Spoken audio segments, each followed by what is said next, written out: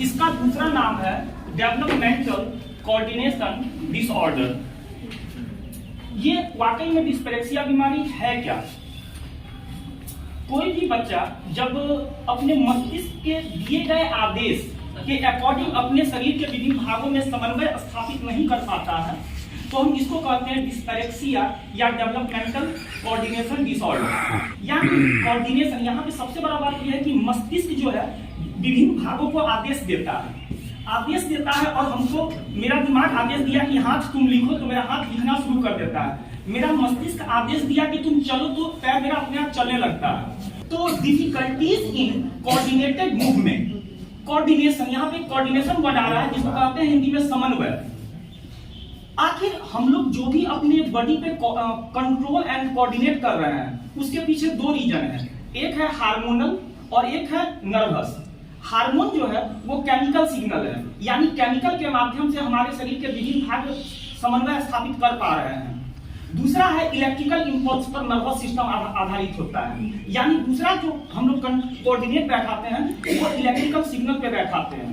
हमारे ब्रेन जो है वो न्यूरॉन से बना हुआ है। 3 प्रकार के न्यूरॉन होते हैं, sensory neuron, relying neuron and motor neuron. Sensory neuron ये किसी चीज को जब छूते हैं, सेंस करते हैं, तो ये हो गया सेंसरी न्यूरॉन।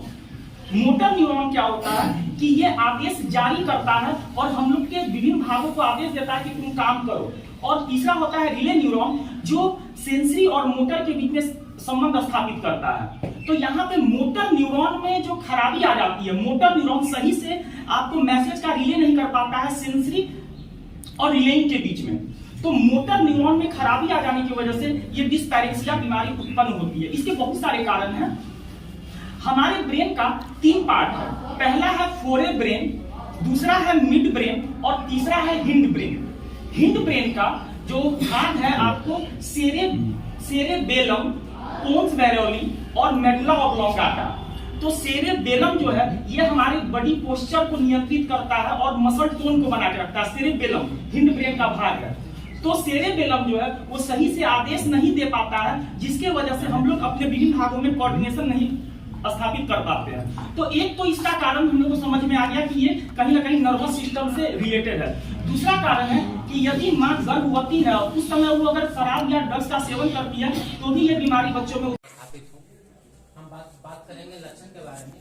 बच्चों में क्या होता है, अक्सर जो डिस्पेक्सिया से ग्रसित होते हैं उनको बैठने में, चलने में, जूता का फीता बांधने में ये सारी प्रॉब्लम्स होती है। बच्चों को सामान्य बच्चों की तरह वो सीख नहीं पाते। सामान्य बच्चे किस चीज को बताए वो नॉर्मली सीख लेते हैं। वो बच्चे थोड़ा सा अलग एक्टिविटी करेंगे। आप कुछ उसको बता रहे हैं तो कुछ अलग एक्टिविटी कर रहे हैं।